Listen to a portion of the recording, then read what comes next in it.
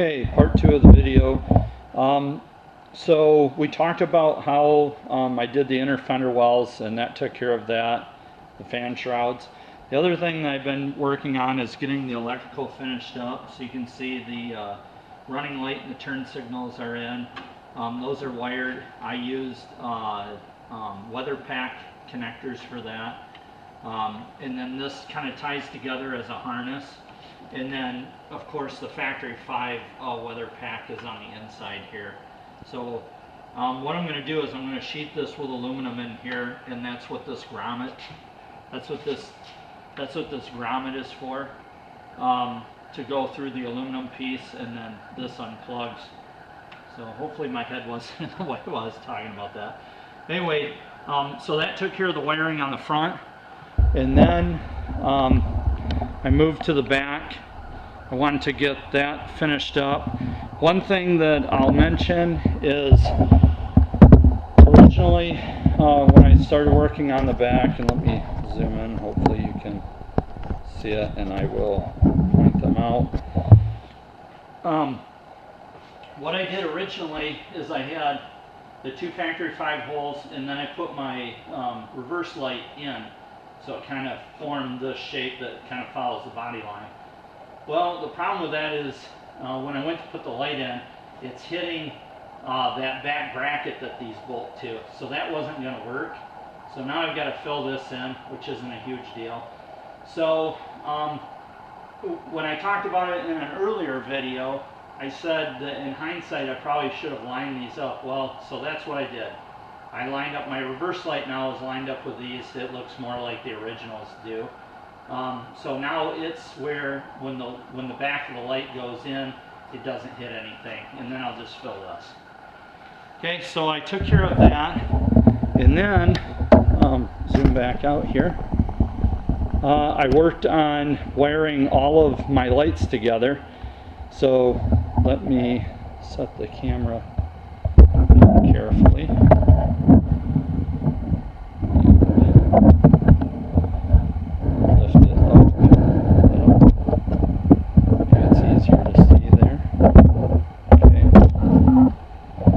So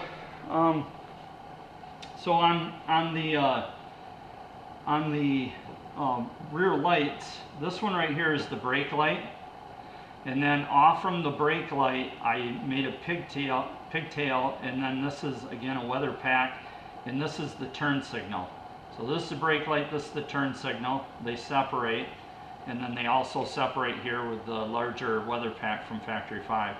And then of course I wanted reverse lights on mine, so I ran through the transmission and everything, and ran it through the factory 5 harness. There was actually enough room to put it in there. And then of course that's just a 2-pin weather pack, and these lenses will be clear lenses on that. So, and then of course the same thing on the other side. Let me see if you can see this. Yep. So then what I thought was kind of neat that I did, this is the license plate light, and it doesn't have a ground, so when you screw this to the body, you got to somehow pick up a ground.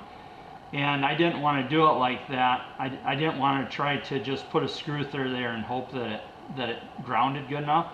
So what I did is I drilled a little hole right here, and I put a little eyelet connector on a ground, and I riveted it onto the back. I had to grind the sides of the rivet just a little bit so it fit in there, but I thought that worked great. I actually put a washer on before I riveted it, so it's nice and tight. Hopefully you can see that. So now I have a really good ground, and then I actually used another 2-pin weather pack connector. So that's my license plate light, and that's all finished up. So all those things took quite a while, as you know, all of you that have worked on. It's hard to believe how long it takes to put all those weather pack connectors on and kind of sort out the lengths and everything. But so once I got that done, the next big thing was, and I've talked about it in other videos, and I just haven't had time to work on it yet, is getting the inner door panel done. So let me take a look at the camera and make sure I've got it aimed pretty good for you. just a little bit. So the first thing that I needed to do, let's see this good.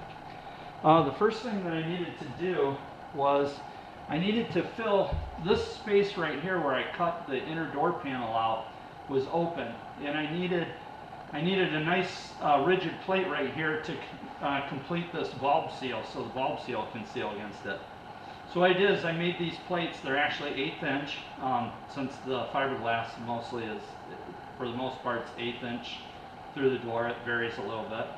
And then I welded a piece of 1/8 inch to the back side of this that slides down inside the door, and these 2 screws screw to it, and that holds that flush there.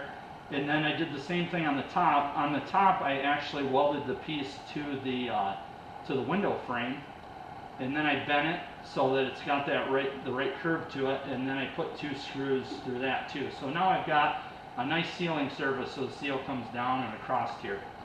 So then once I had that, I started working on the inner door panel. And let me grab the inner door panel. And let me zoom out for a minute.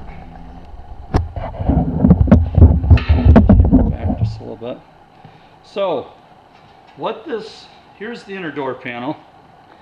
And hopefully I'll just hold it out. Hopefully you can see. I don't have anybody to help me with a camera. What these holes are is that gives relief for the 2 stainless bolts that are in the bottom of the door. I needed a place for those to poke into so that the panel doesn't push out and it sits flush against the bottom of the door. So here's the door panel. Here's the back side for like where the striker is on the back of the door. This is the front of it. And then what I did on the top is I took 16 gauge angle, and I believe this was like 1.5 by 1.5 and I chopped it down. You know, the one side, this looks like it's probably about 1 inch, and that's about 1/2 inch. And then how that works is that sets on this top frame. Let me make sure that you can still see.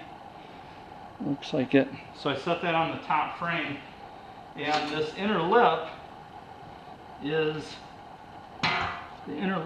what this door seal is going to get riveted to. So here's the inner window seal, and I'll drill holes through here and I'll rivet it to that.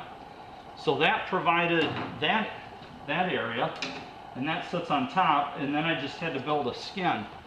So you can see that here's your that angle that's shortened, and then I TIG welded it along the top seam, and then I wrapped it along the back. These are just I just used cardboard templates until I got it right, and then TIG welded it. And then on the front, obviously there's a bend here, and then I TIG welded in this piece. This is the hole for the speakers. The speakers have to be pushed out just a little bit. I have to build like a 3/4 inch spacer. This hole has to be opened up a little bit more too. But anyway, I have to put it out about 3/4 inch, and that way where the magnet's protruding in, it doesn't run into the window.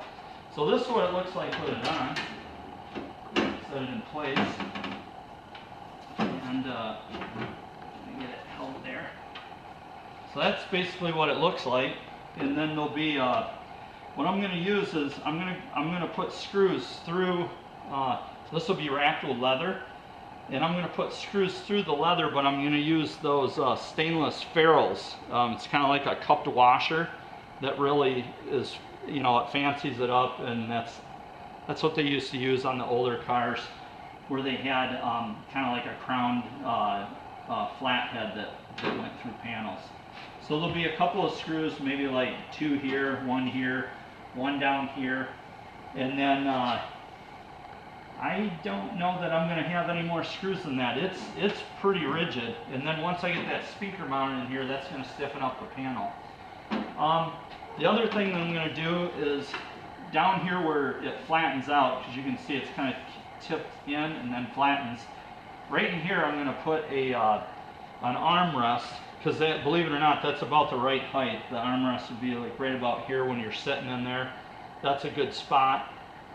For the releases, What I'm going to do is, and I saw this on an old Corvette. I was looking around for ideas, and so when you're outside the car, you'll push a button, and I've already shown this stuff in videos and in pictures. Here's the electric actuator, and that'll pop the door open. When you're on the inside of the car, I didn't want to use the electric button because if you got in a wreck or something and there's no electricity, somehow your battery's disconnected or whatever, you got to be able to get out. So what I'm going to do is I'm going to pick up back here at the latch assembly, and I'm going to run like another rod up here, and it's going to be on a fulcrum. And then there'll be a bolt sticking through my inner door panel with like a round ball on it, and you'll pull on that, and that you've got a lever with a fulcrum, and as you pull on that, it's going to pull on this cable or on the rod, and it'll release the door. And that's kind of how they did it in the old Corvettes. There was like a shoulder bolt that was sticking through the door panel, and it was in kind of like a curved slot with a ball on it, and you'd pull on it, and that's what released the door. So that's what I think I'm going to do. I was actually going to use the Factory 5 handles, but the problem with those is the cable on those handles, instead of the cable coming right straight back off from the handle, it kind of tips towards where my window is, and it just wasn't going to work out. The cable was actually going to hit the window, and I really would have liked to have used those handles because they're kind of a slick little handle, but the way the cable comes off of it, it wouldn't work for me. So I'm going to simplify it. Well, I don't know if it's simplifying it because it's something else to make, but anyway, I'm going to have a lever that you pull on, and that'll release it. So anyway, I think that's about it. I haven't made the door panel for the passenger side yet, so once I get a little further along, I'll videotape a little bit more, but that's about it for right now. I was happy to see that once I got all my lights hooked up, all the switches worked properly, because I've added, I'll kind of point to into the car and zoom in a little bit. So you can see right here, this hazard button for your hazard lights, that's actually out of a BMW. There's tons of wires coming off the back of this to make everything work properly and light the hazard light up when you push it. And then of course you've got your turn signals that are on the stock. This is actually a Lucas turn signal that has the horn, it has brights and dims, has everything on it. So after wiring all that up, that's been a few years ago, luckily everything when I plugged it in worked properly. So I'm real happy about that. So anyway, that's it for today. Thanks.